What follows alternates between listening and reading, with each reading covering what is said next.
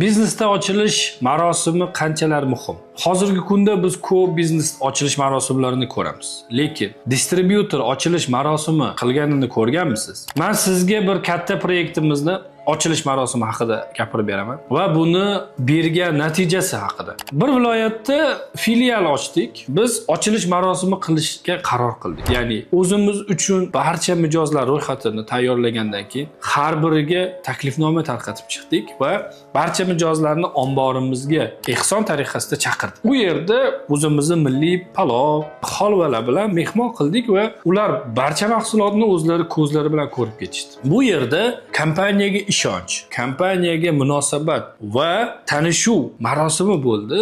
Shundan keyin biznesimiz 12 barobar oshib ketdi. Bir oylik savdo 15 ming bo'lsa, bu 180 ming bo'ldi. 2022-yildagi 1 yillik savdoni biz 2023-yil may oyida bir oyda qildik. Shu savdo oshishini bir sabablaridan biri deb o'ylayman, chunki barcha mijozlar omborga keldi, mahsulotni ko'rdi va biz bilan hamkorlik qilish ishtiyoqi paydo bo'ldi. Siz ham agar biznesingizda mijozlaringizni yig'ib bir ochilish marosimi kabi ehsonlar qilsangiz, ya'ni ular bilan hamkorlikni, munosabatni kuchaytirsangiz, savdoingizga albatta ta'sir qiladi deb o'ylayman.